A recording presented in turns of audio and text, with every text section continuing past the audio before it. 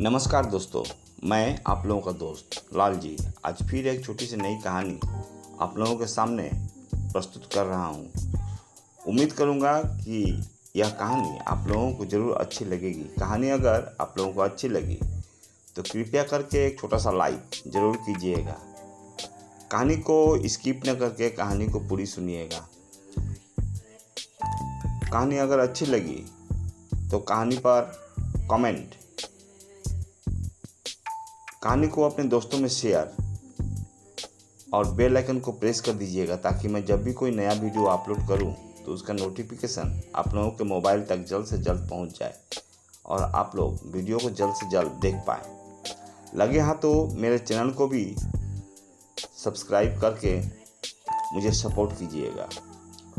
तो चलिए चलते हैं कहानी की ओर। कहानी का नाम है अच्छे कर्म का फल। एक छोटे से गांव में मोहन नाम का एक गरीब लड़का रहता था। उसके पिता मजदूरी करते थे और माँ लोगों के घरों में काम किया करती थी ताकि परिवार का भरण पोषण हो सके। घर की हालत बहुत खराब थी। कई बार परिवार को रात का खाना भी बड़ी मुश्किल से मिलता था। लेकिन मोहन की एक खासियत थी, वह हमेशा दूसरों की मदद किया करता था। एक दिन स्कूल जाते समय रास्ते में एक बुजुर्ग आदमी दिखाई दिए। उनके हाथ से दवाइयों का थैला गिर गया था। मोहन ने तुरंत अपनी किताबें जमीन पर रखी और सारी दवाइयाँ उठाकर बुजुर्ग के हाथों में रख दी। बुजुर्ग ने कहा, बेटा, मेरे पास तुम्हें देने के लिए कुछ भी नहीं है। मोहन मुस्कुराकर बोला, बाबा, मदद के बदले कुछ लेना जरूरी नहीं होता।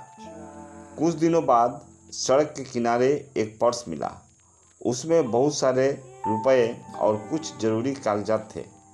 मोहन चाहता तो उन पैसों से घर का राशन खरीद सकता था, लेकिन उसने पर्स में मिले पते के आधार पर पर्स के मालिक को ढूंढना शुरू कर दिया। काफ़ी तलाश के बाद वह पर्स के मालिक को ढूंढ निकाला और पर्स को उसके मालिक तक पहुंचाया। पर्स का मालिक शहर का एक बहुत बड़ा व्यापारी था। व्यापारी ने मोहन से पूछा, बेटा, तुम्हें पता था कि इस पर्स में इतने रुपए हैं, फिर भी तुमने इसे वापस क्यों किया? तब मोहन ने मुस्कुराकर बोला, गरीबी ने मुझे मजबूर किया है, लेकिन बेईमान नहीं। व्यापारी उसकी बात सुनकर भावुक हो गया। उसने मोहन की पढ़ाई का पूरा जिम्मेदारी उठाने का फैसला किया। समय बीतता गया। मोहन ने दिन रात मेहनत की और पढ़ाई में हमेशा आगे रहा। आखिरकार उसने एक बड़ी प्रतियोगिता परीक्षा पास की और एक अच्छे पद पर नौकरी हासिल कर ली। कई साल बाद वही मोहन अपने गांव वापस आया। जिस गांव में कभी उसके घर में खाने को नहीं थे, उसी गांव में उसने गांव के बच्चों के लिए स्कूल और पुस्तकालय बनवाया। एक दिन वही बुजुर्ग व्यक्ति जिनकी दवाइयाँ मोहन ने उठाई थी, स्कूल के बाहर बैठे मिले। मोहन ने उनके पैर छुए। बुजुर्ग के आंखों में आंसू आ गए। उन्होंने कहा, बेटा, उस दिन तुमने मेरी दवाइयाँ नहीं उठाई थी, तुमने अपना भविष्य उठाया था।